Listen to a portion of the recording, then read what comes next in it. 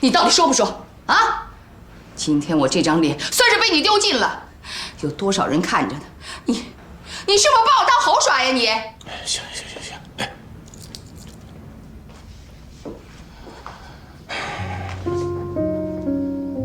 小小，不管怎么样，既然你怀孕了，那我们一家人啊，就要面对这个现实，共同去解决这个问题。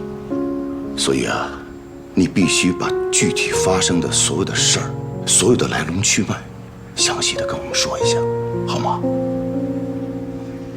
小小，姥姥错了，姥姥之前就不该帮着你妈一起逼着你去参加什么相亲活动。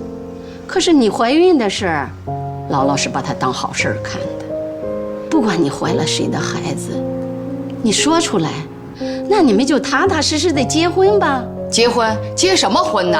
啊，她这孕怀的名不正言不顺的，可想而知那个男的有多么不靠谱了。你赶紧说呀，你这孩子倒霉爹到底是谁？你们都别问了，问了我也不会说的。好，你今天不说就甭出这个门儿，真是把你惯坏了，什么事儿都由着你性子来。你做出这样的事儿，你让我们怎么出去见人呢？我不说，是因为我觉得这件事情说出来一点意义都没有。哎呦，小小，怎么叫一点意义都没有啊？你是我们的闺女儿，你现在怀了孕，是吧？我们想知道这个孩子的父亲是谁，这不过分吧？爸，我不但不想告诉你们，我今后也不想告诉我的孩子。实话告诉你们吧，我想自己把这个孩子养大，我要做单亲妈妈。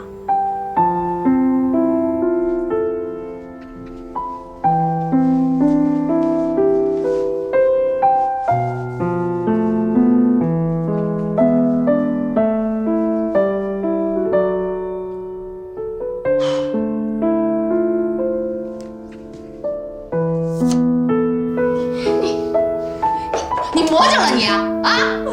还单亲妈妈，你带过孩子吗你？啊，你知道养孩有多难吗？这些都不说，你一个没结婚的大姑娘，你带着一个孩子，你叫外人怎么看呢你？我自己的日子我自己过，我管别人怎么看我呢？你不要脸，我还要脸呢！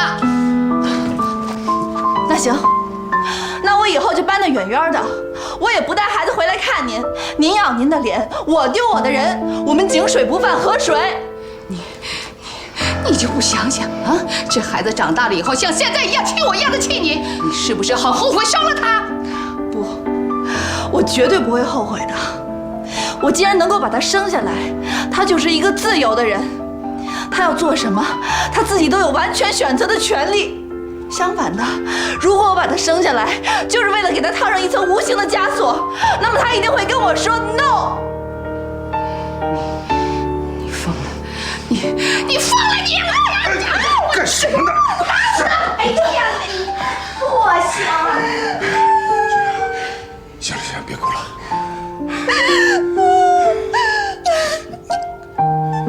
小小，不哭了，小小，来，快擦擦。不哭了啊，小小。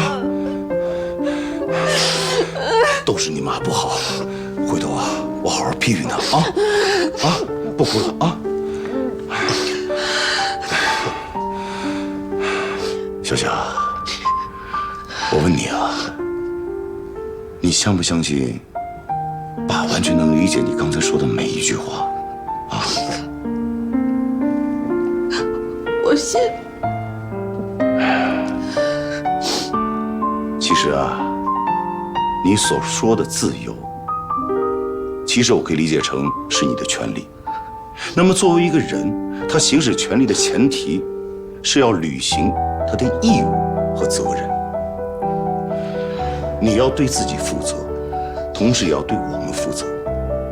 那么你让我们知道这个孩子的父亲是谁，那就是你对我们的责任，也是我们的权利，对吗？对。爸，我完全理解您刚才所说的。不，应该说，我除了理解，我还能够完全认同。但是我想问您一句，我刚才所说的一切，您能够认同吗？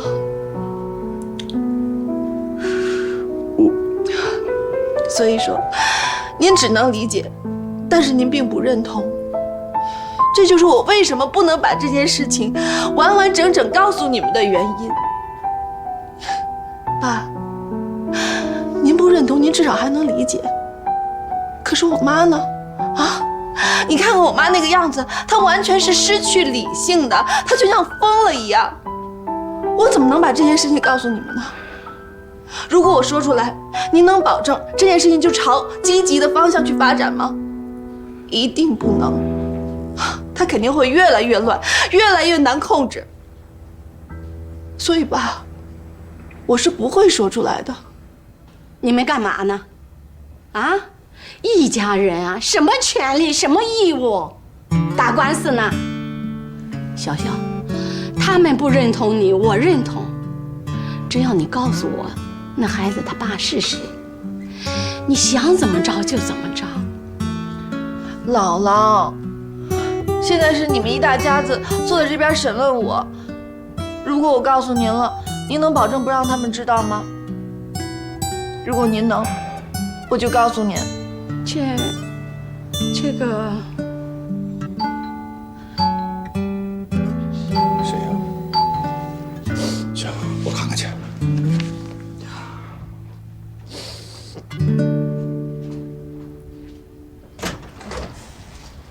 哎，洋洋，干爸，进来吧。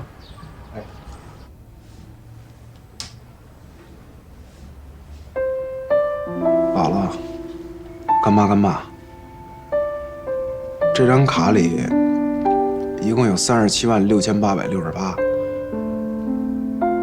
这里边有我小时候的压岁钱，还有上中学、小学时候的零花钱，有我上大学时候打工挣的钱，还有我这几年的工资，都在这卡里边了。我知道，这没多少，但这真是我全部积蓄了。今儿个都交给您。你给我们这么多钱，是什么意思呀？哎，洋洋，你这是怎么了呀？啊？都是一家人，有什么话你就直说吧。哎，那我直说，姥姥，我今儿来是跟干妈干爸提亲的，我要娶小小。啊？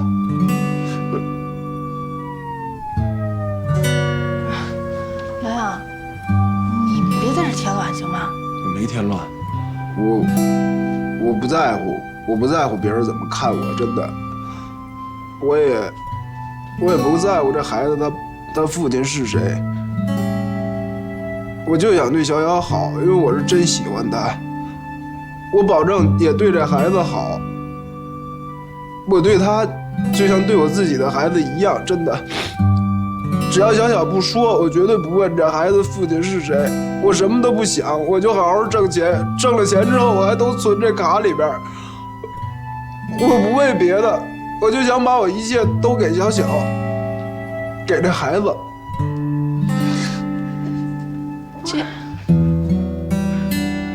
洋洋，你看你这冷不丁的来这么一出，你让我怎么跟你说呢？算了，我就实话告诉你吧，我现在没想结婚啊。没关系，我等你，你什么时候想结咱什么时候结。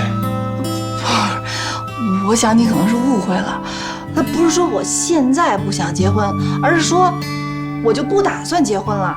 你说什么？你再说一遍。我就是没打算结婚啊，我想单身啊。你说你这辈子都不打算结婚？你们听见了吗？他说他这辈子都不想结婚，这真是太好了！哎，什么叫太好了呀？干爸，你怎么不明白呢？只要小小姐这辈子不结婚，那她就这辈子都是我姐，这辈子都是我一个人的姐，永远都是我一个人的姐。姐你真好。对，我永远是你的亲姐姐啊！不哭啊，洋洋啊！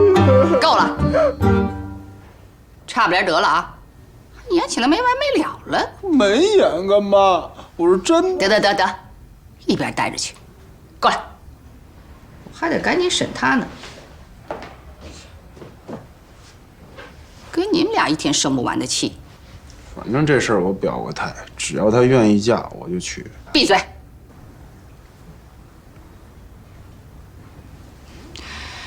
你不是不想说吗？行，你也别说了，我呢也不想听。但是，明天啊，你必须把这个孩子给我打了。别呀！这干嘛呀？你们干嘛呀？你听见没有？妈，你也真够逗的哈！我连这孩子他爹是谁都没打算告诉您，我可能听您的把这孩子打了吗？我管你可能不可能，我让你打你就得打。你跟谁结婚你自己可以做主，但这孩子必须由我做主。我不可能把这个孩子打掉的，这是我的事儿，谁也别想勉强我。就你这样的，我真后悔我当初怀你的时候才没把你打了。那也是您自己的事儿，跟我没有关系。您自己的事儿您可以做主，我的事儿我自己做主。不是，哎，不是，你们先别吵，不是我的事儿还没说呢。哎，干嘛？你别动手！哎，有什么话好好说。干嘛？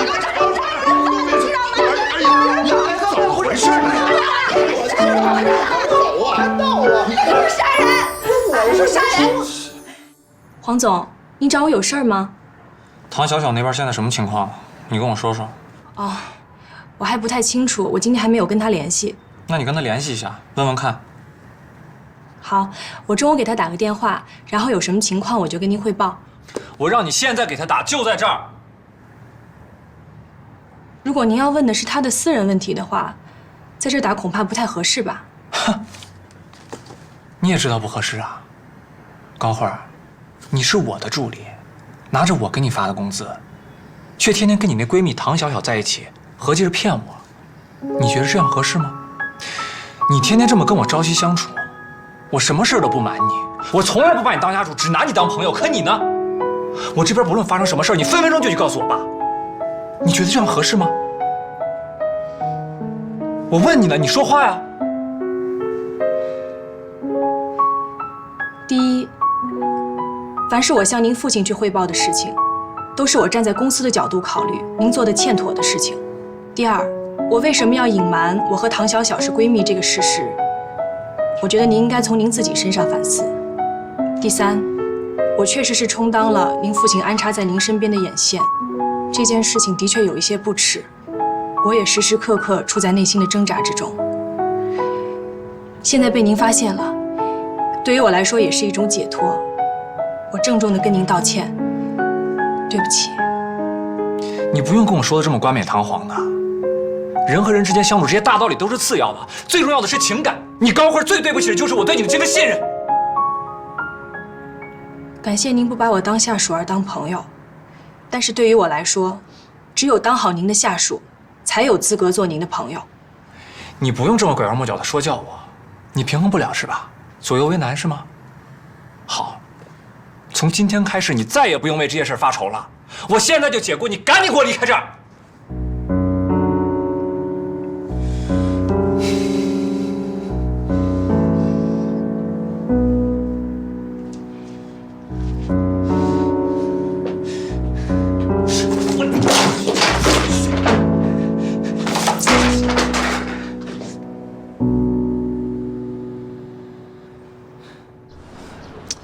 洋洋，洋洋，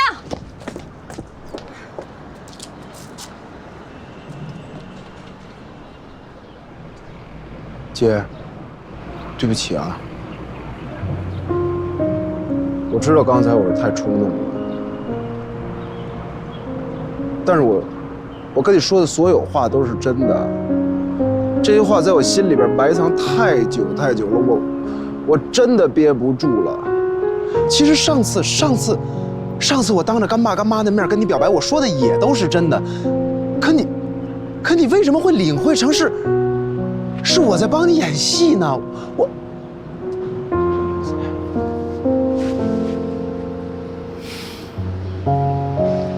行了，洋洋，我现在全懂了。所以我觉得我挺对不起你的，真的。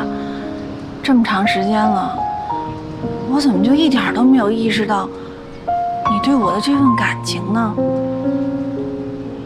姐，你记得小时候有一次咱俩走丢了，大晚上的，漆黑的马路，咱俩找不到家，你都吓哭了，我一点都不害怕，你知道为什么吗？因为我觉得，只要你在我身边，我就特踏实，我无所谓，我怎么都行。这10几年，我一直没敢告诉你，是因为我害怕，害怕你离开我。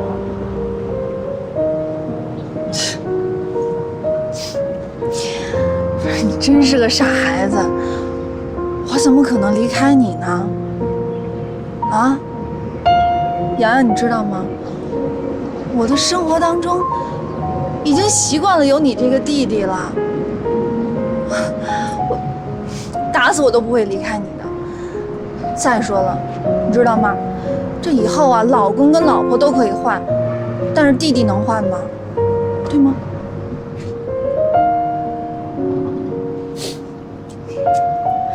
不过，洋洋，你有没有想过，你对我的这份感情，它会不会是从小到大的一种对姐姐的依赖性，或者是我们在一起那么长时间的一种惯性？它未必是一种真正的爱情。所以我觉得你应该更加的 open 自己，去接触更多的美好的事情。也许你的幸福就在不远处，正在等待着你呢。我明白了，姐，我全明白了，姐。我一定按你说的做，我多接触人，多接触新鲜的事儿，那样的话我才能快点赶上你啊。像你说的，你一辈子都不结婚，那我就做你一辈子的弟弟，我们的幸福就在不远处。谢谢你，姐，谢谢。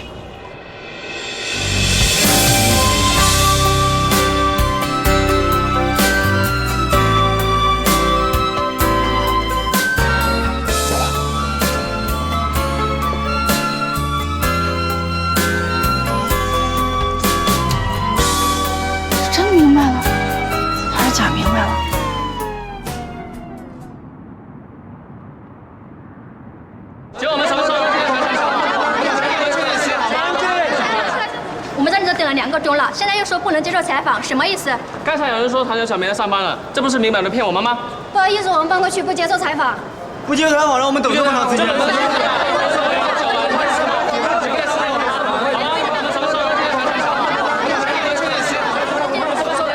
唐小来了。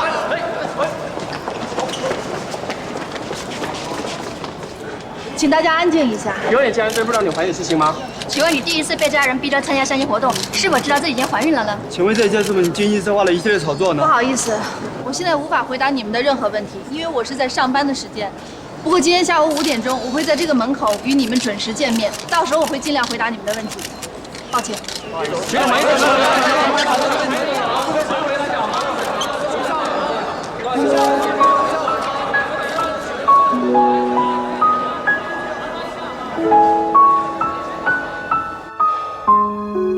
鉴于杰瑞工作失职，给公司带来了极其恶劣的影响，经过公司高层研究决定对其处以无限期停薪留职的处罚。如果杰瑞能够通过本人的努力消除其为公司带来的负面影响，公司是可以考虑为其复职的。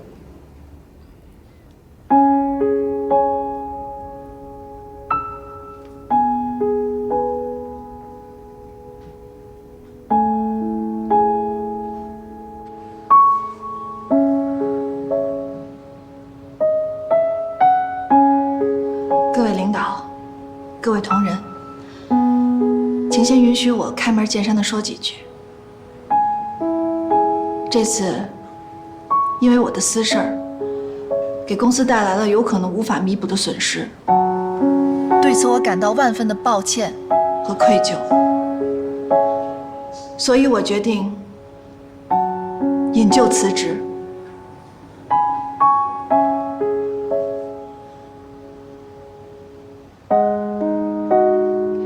我保证辞职以后，想办法利用媒体尽量撇清楚我个人和公司之间的关系，避免给公司带来的不良影响。在此，我也恳请在座的各位，如果你们想到了任何有利于挽回公司名誉的办法，一定要告诉我，我将义不容辞。最后，请允许我真诚地跟大家说一声对不起，我让大家失望了。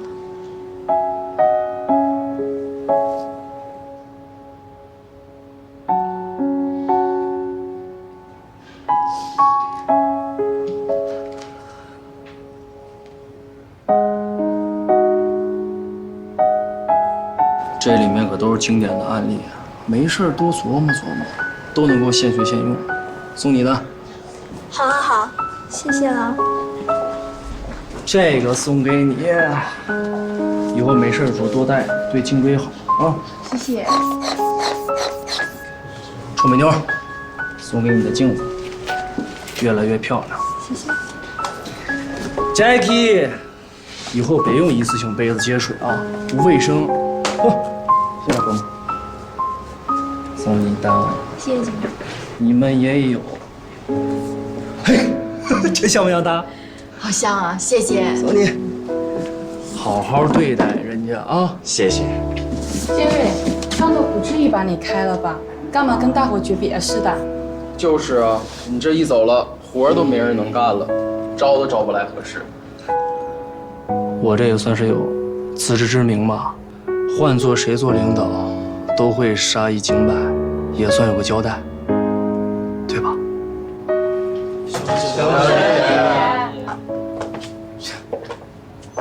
这都站在这儿干什么呀？不去工作去？瞧你们这一个个苦丧的脸，多大点事儿啊！又不是以后见不着面了。我们都舍不得你，小小姐。舍不得我，那你们就从今天开始，你们一个个的都得给我更加努力的工作，不许给小小姐丢脸，听见没有？听见了。好，该干活干活去吧。张小姐，我们都舍不得你走。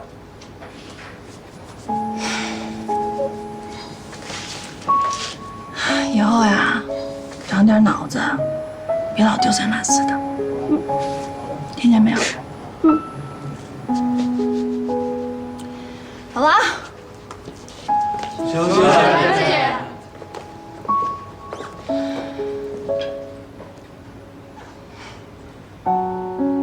不好意思啊，给你留了个烂摊子。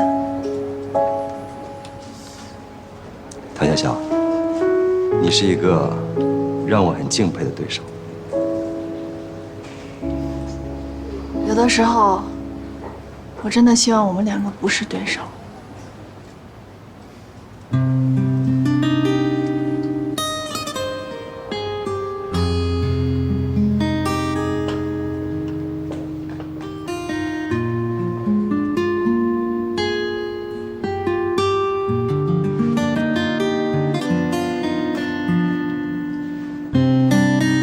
南风又轻轻地吹送，相聚的光阴匆匆。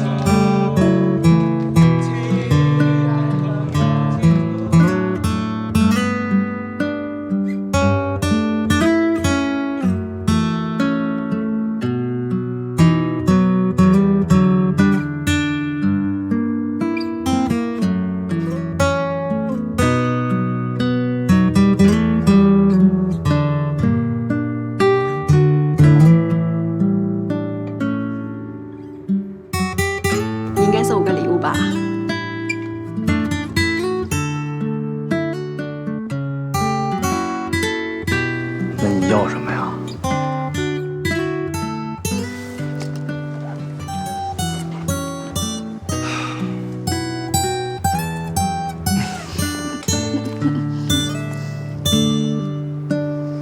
你救我回来的，不会太长时间的。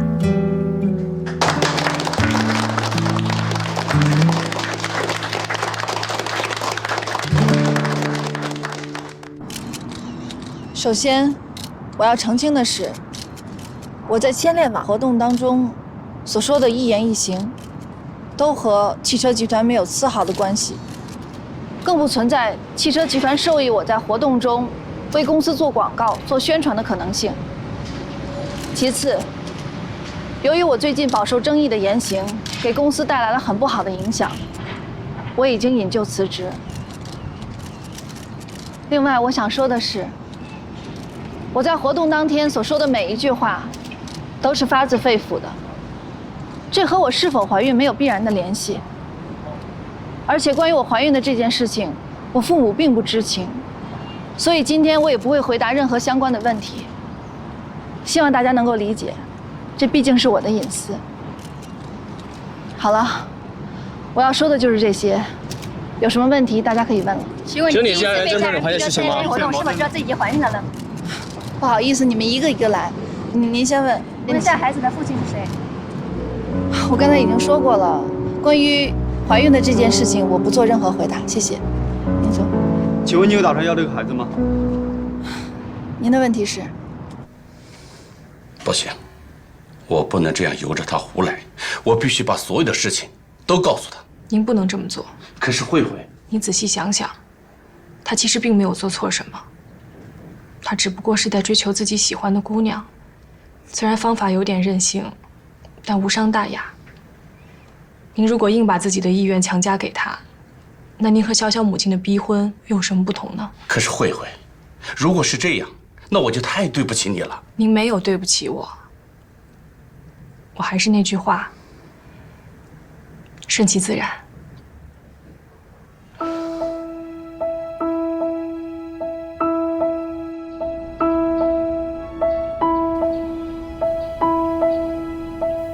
对不起。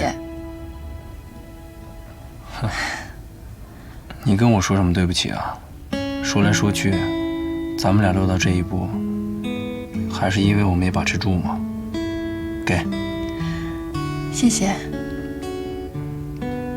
谢谢。话怎么能这么说呢？其实你那边要不是我捣乱，现在肯定做得特别好。我那边呢，本来有你帮忙，我都已经看到希望了，可是还是被我自己给搞砸了。人生大起大落，实在是太快太刺激了。哎，还真是啊，你没发现吗？这人活着呀，就总是有各种各样的麻烦。每天我们醒来，就是解决完这个问题，再去解决另外一个问题，就这样重复重复。总之，我们每天要面对问题，解决麻烦，就当是一场刺激震撼的游戏吧。你这心态真棒，点个赞。哎，那你现在怎么打算的？累了，歇一歇吧，一切顺其自然。我觉得没有什么时候比咱们俩现在更惨了，也算是走到谷底了，也该反弹了。总之，会越来越好的。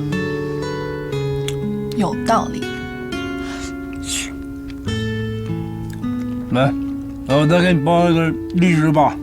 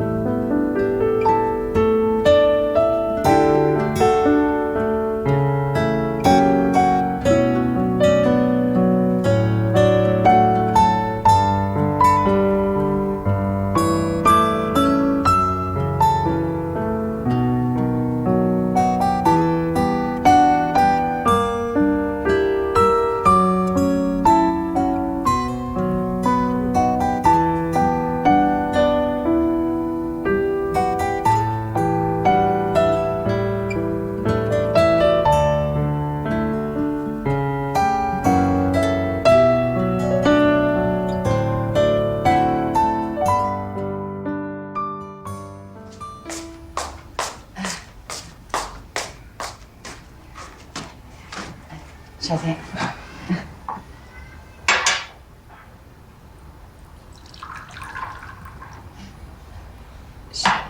喝茶。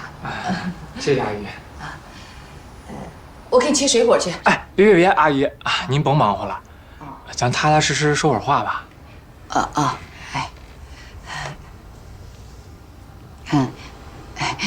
少天啊，这次阿姨啊给你道个歉，你看还让你亲自跑来一趟，实在是真的有点过不去。嗨，什么道歉不道歉的，我也没损失什么，就当是给了钱没拿到货呗。不是，阿姨，我的意思就是说，你也尽力了，但是这婚姻大事确实勉强不来，这也没办法，是吧？不过，阿姨呀，得跟你澄清一下，关于小小怀孕的事，我真的是一点都不知道。你说我要是知道，我怎么能答应你跟他牵手呢？哎呀，这孩子真是气死我了。阿姨，那您知道小小怀的这孩子到底是谁的吗？不知道啊，你说他死活不肯说呀。不过少天啊，我们家小小真的不是那种随便的姑娘，我对她家教可严了。这次不是，这绝对是个意外。是啊，我知道。那他最近确实没谈恋爱是吧？绝对没有。这我向你担保，真的绝对没有。自从那个半年前他跟那个顾军分手之后啊，就没谈过。那这孩子到底是谁的呀？少天，我说这话，你别往心里去啊。您说。你说，会不会是你那好哥们儿王希杰的呀？王希杰？绝对不可能。不是，可是那次相亲活动之后，就是这个王希杰和小小一块儿过来和我们撒的谎，还说什么那是他们的网站上的炒作。还有啊，上次去那合租屋，那个王希杰他妈还说我们家小小和那王希杰好着呢，那意思好像是他们家的儿子非我们家小小不娶了。阿姨，您真的想多了，这绝对不可能，他俩根本就不是一个世界的人，没有一天不吵架的。再说了，我都拿不下来小小，那杰子更不可能了。更何况，他们俩才在一块住了多长时间呀？怎么可能就有孩子了呢？就让他俩再住个100年，杰子也不可能让小小怀上他的孩子啊！我呀，太了解杰子他妈了，他逼杰子结婚那劲头，比您逼小小有过之而无不及。而且他俩现在不是住一块儿吗？哎呀，我估计他妈就往那方面想了，准是这样。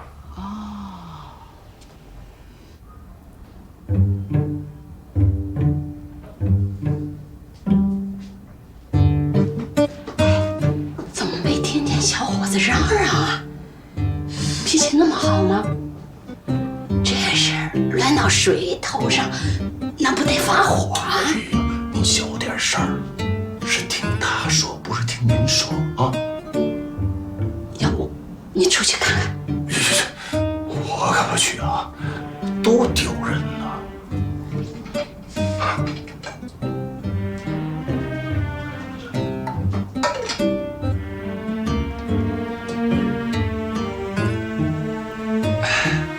阿姨，那您对小小怀孕这事儿是什么态度啊？这孩子我不能让他要啊！你说这孕怀的不明不白的，你说他自己不说就算了，可怎么没见那男的也站出来说句话呀？所以啊，这孩子必须得打了。那小小呢？他怎么说？我真不好意思提这事儿。你说这孩子不知道他抽什么风了，他非要自己把这孩子生下来。什么？他要把这孩子给生下来？他这说的不是气话吧？哎呦，这真不像是气话。不过这回啊，我真不能由他性子来，这孩子死活不能要。阿姨，其实吧，他要是他要是真能不要这孩子，我倒是挺看得开的。我不是特别介意这个。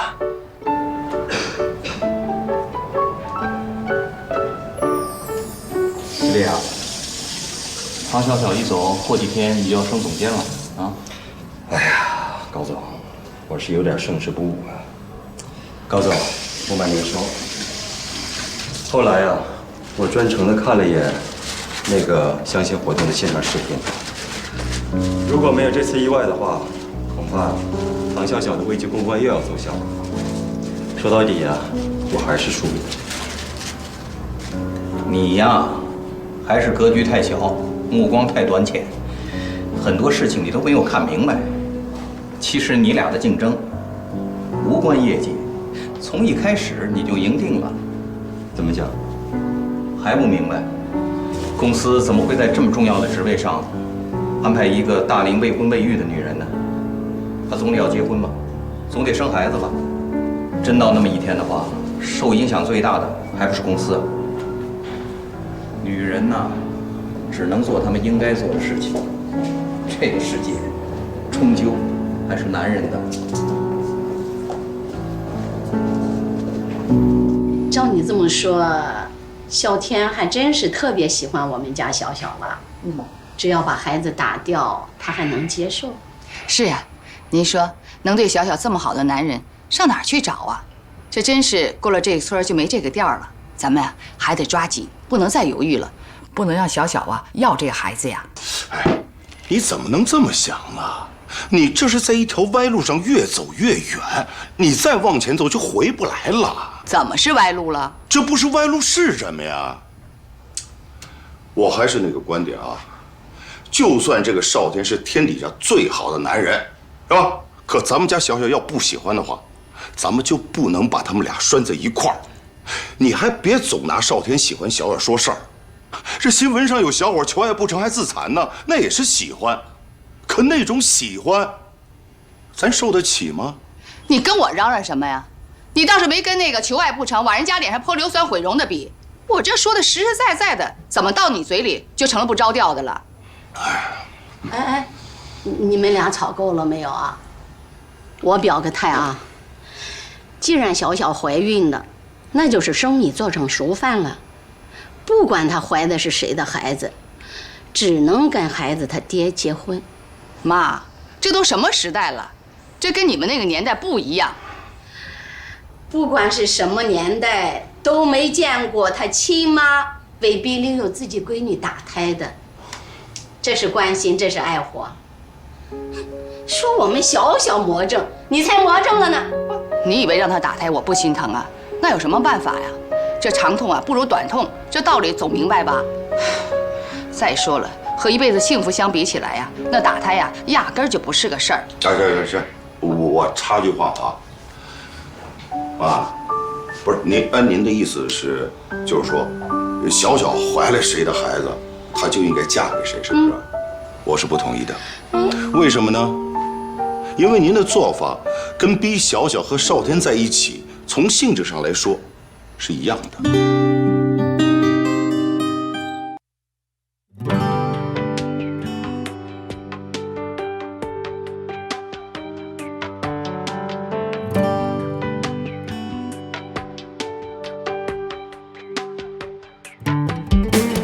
没有房，没有车，也没有对象。我没有忧，没有愁，整天乐呵呵。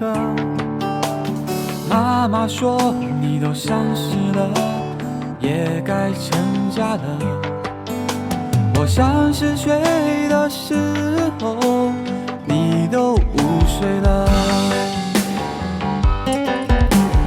爸妈2鬓的白发，在我心里发了芽，不再是梦中的小娃娃，我也要成家立业啦。爸妈2鬓的白发，在我心里发了芽，不再是梦中的小娃娃。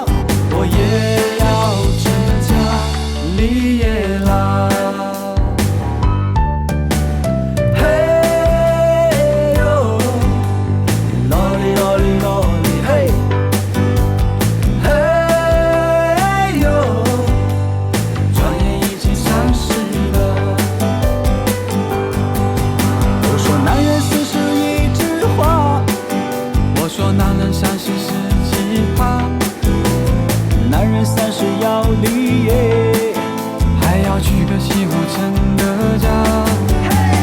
30说大也不大，30岁也不小了。30单身那是发傻，找个人就结了吧。